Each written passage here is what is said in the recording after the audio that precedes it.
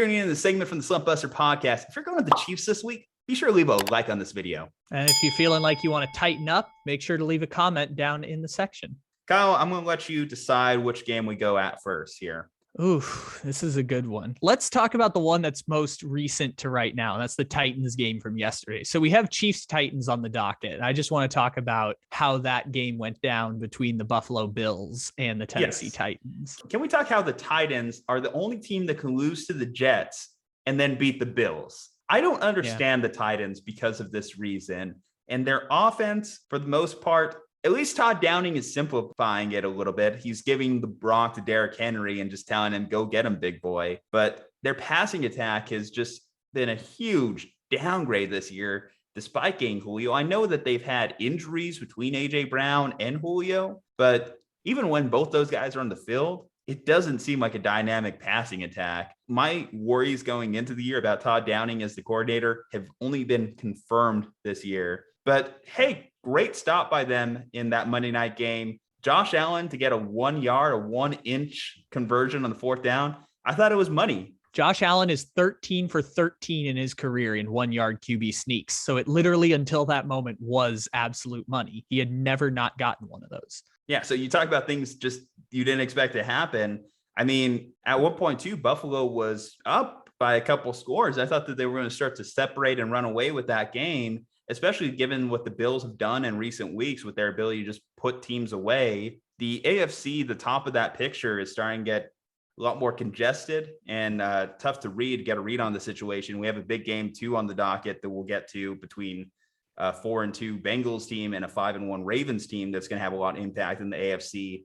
But this game itself, Titans Chiefs, the Chiefs are still fighting for their playoff life as they're currently 3-3. Yes, they beat the hell of Washington. Of course, they're expected to beat the hell of Washington. But going against the Titans, and the Titans have been a team that has somewhat, obviously the Chiefs have gotten them in the playoffs, yes, but has somewhat had the Chiefs' number in terms of their ability to score on the Chiefs. And this is the worst version of the Chiefs defense that we have seen in recent years, that I have questions on who realistically can stop Derrick Henry, because they're not getting it done in the run defense. They're not getting it done in the pass defense. Last week, I talked about going to Miami Dolphins Twitter to see what they're talking about.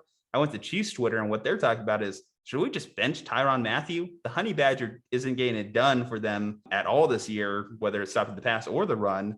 So, and then you talk about guys like Frank Clark taking a step back, health-wise, hasn't been the same since he got caught with the Uzi in the car. Yeah, the stereotypical NFL player story. Like if you were writing like sketch comedy from the 1990s of like, what is a stereotypical NFL player going to get arrested for? It's having 2 Uzis in your car, in your Lamborghini and getting pulled over. That's like stereotypical NFL arrest. But yeah, Frank Clark, in terms of Tyrann Mathieu, can only bench so many players in the secondary if you're a Chiefs, because they just benched Daniel Sorensen last week. They're running out of guys to bench. The only bright spot, L'Jarius Sneed has been awful this year after he was a pleasant 4th round pick surprise last year. Only bright spots on the team have been Chris Jones to an extent and Nick Bolton, who this is a real thing. We had been talking about him in the draft for months. He was drafted, I think, with the Chiefs' first pick because they traded one to Baltimore for Orlando Brown. Until Sunday Night Football against the Ravens, I thought Nick Bolton was white, and then I found out he was not. I'd been talking about him for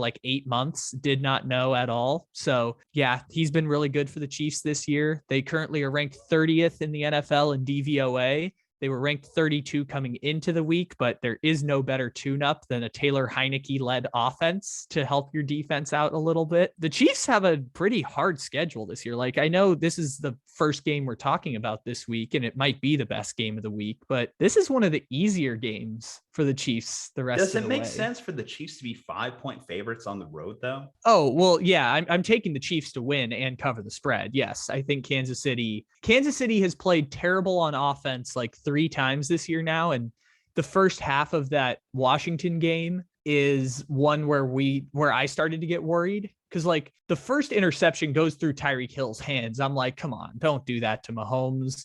Then I think it was Mecole Hardman fumbled. And I'm like, oh my gosh, this team is just letting down Mahomes. And then the third one, he just kind of flings it while falling down for an interception. I'm like, I don't have any excuse for that one. That was just bad.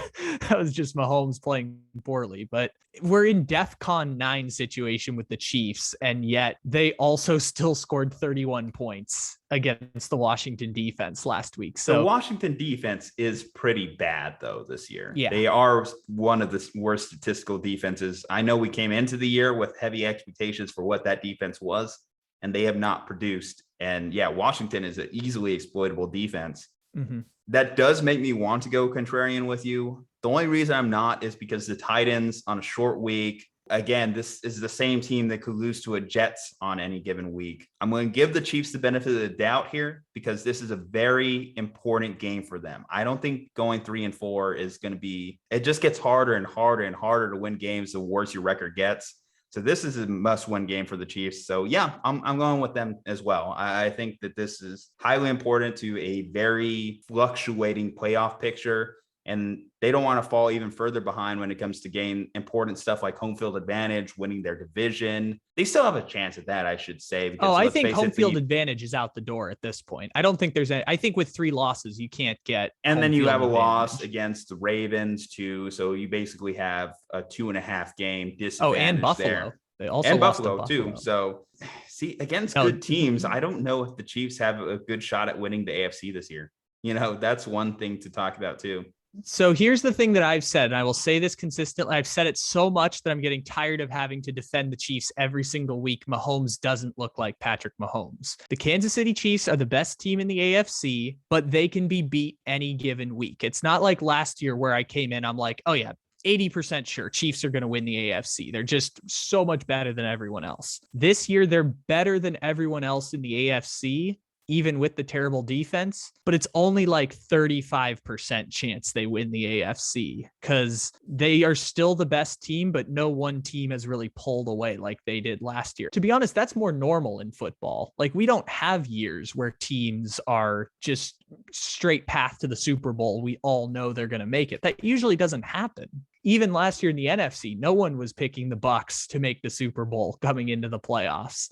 The year before, 49ers were the number 1 seed, but everyone believed in the Packers. Everyone believed in the Saints. Like that's more normal, I think, than what the Chiefs have done the last few years, which is just dominate everybody in the AFC. And also Patrick Mahomes has never played a game on Wild Card Weekend in his entire career. And this will be the first year that he plays on Wild Card Weekend, which, by the way, the year they won the Super Bowl, the only reason they weren't the 3rd seed in the AFC was because of that Ryan Fitzpatrick game winner against the New England Patriots. So even though they're not going to be the number 1 seed, and even though Patrick Mahomes has thrown a lot of interceptions, and even though they have a really hard schedule, Kansas City is still the best team in the AFC.